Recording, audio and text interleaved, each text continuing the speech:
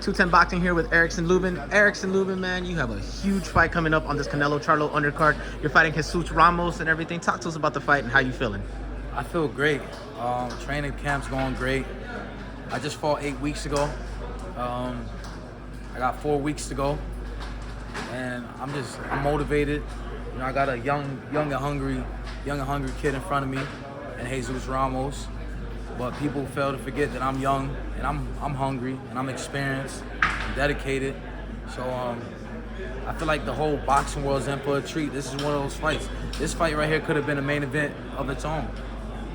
Now, the biggest thing that was said throughout this press conference when it came to you is you having a chip on your shoulder. We both know your record. We both know what occurred. You know, you got the loss to Charlo and to Fundora and everything. What did those two losses teach you about yourself and the game of boxing?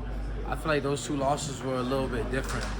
I feel like the Charlo fight, I just took a fight. You know, Charlo was 30-0. I was 18-0. I was taking a step up just a little bit too early without the fights to, you know, season me for that type of fight. And with the Fundora fight, you know, just dealing with a lot of bullshit on the outside and not my mental being right and not sticking to the game plan. Even though I was winning the fight, I was up on all 3 judges' scorecards by 2 rounds, but you know, just gotta leave the outside noise on the outside and, you know, just focus on what I gotta do in the ring, keep the right people around me, that type of stuff. Talk to us a little bit more about that, those outside distractions, because in boxing, we've seen a couple of fighters have a lot of outside distraction, but yet still be able to pull things off, like Teofimo Lopez, you know. Right. We've seen things with Ryan Garcia having things that on the outside. So many other fighters have outside distractions that they allow them to happen. Why did you learn from that? How did you learn from that? I just learned from it because, you know, I see what it like, where my mind was during the fight. You know, my mind wasn't like, I could have made it an easier fight. Even though I was winning the fight, I could have made it an easier fight and not have to deal with those type of injuries, you know, with the whole lacerations on my face. I actually threw my shoulder out of place during the fight. You know, just learning to not deal with that shit. You know, when it's time to fight, it's time to fight, and just worry about the fight. Now, you were talking about your record at the time when you fought Charlo and everything. It's kind of parallel to what Jesus Ramos' record is compared to yours, and at the time, the record that Charlo had when you're fighting him. Do you see a little parallel in that fight between, you know, you and Charlo, now you and Jesus? That's what I said, man. I said history repeats itself. History repeats itself, but this time in my favor. You know, I'm looking to set a statement for sure. I know Jesus Ramos, he's a tough fighter. He's coming to fight. You know, he's not no slack. I just gotta show the world that I'm one of the top dogs, not just in the division, but boxing. Now, the undercard is stacked. We see Elijah Garcia. We see your Dennis Ugas, Mario Barrios, yourself, and Jesus Ramos. You looking to steal the show that night? For sure. I'm always looking to steal the show. Now, obviously, we all know the main event, Canelo versus Charlo. Are you kind of secretly going for Charlo for the victory just in case you win, you could get that rematch? I saw that smile. That too. But I actually think Charlo has a big chance in that fight. I think he has a solid chance.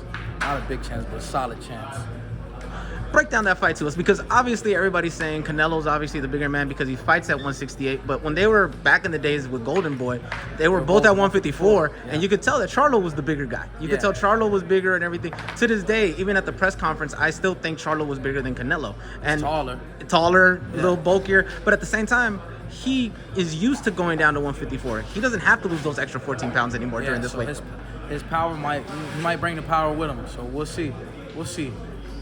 I'm a fan. I'm a fan of that fight. I think if the Canelo that we've been seeing shows up that same way, Charlo has a very solid chance, and he can pull it off.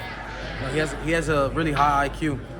Now, you said the winner of this fight between you and Jesus Ramos has big fights coming up. You get Terrence Crawford against the Charlo fight, maybe Spence, rematch against Fundora, Tim Tszyu maybe in Australia, because obviously he's drawing them in over there and everything. If you win this fight, who do you want to fight next? You named them. You just named everybody I want to fight. I definitely want to rematch with Charlo. I definitely want to rematch with Fundora. The Spence fight makes a lot of sense. Crawford, all those fights make a lot of sense. I'm interested in all of them. I want all the smoke. Finally, let all the fans know where they can follow you on your Instagram, Twitter, whatever social medias where they can see videos of you training up to this fight. Follow me on IG, Instagram at Erickson Hammer, and follow me on Twitter at Erickson Hammer L. Thank you for your time, man, and good luck on the fight. Thank you.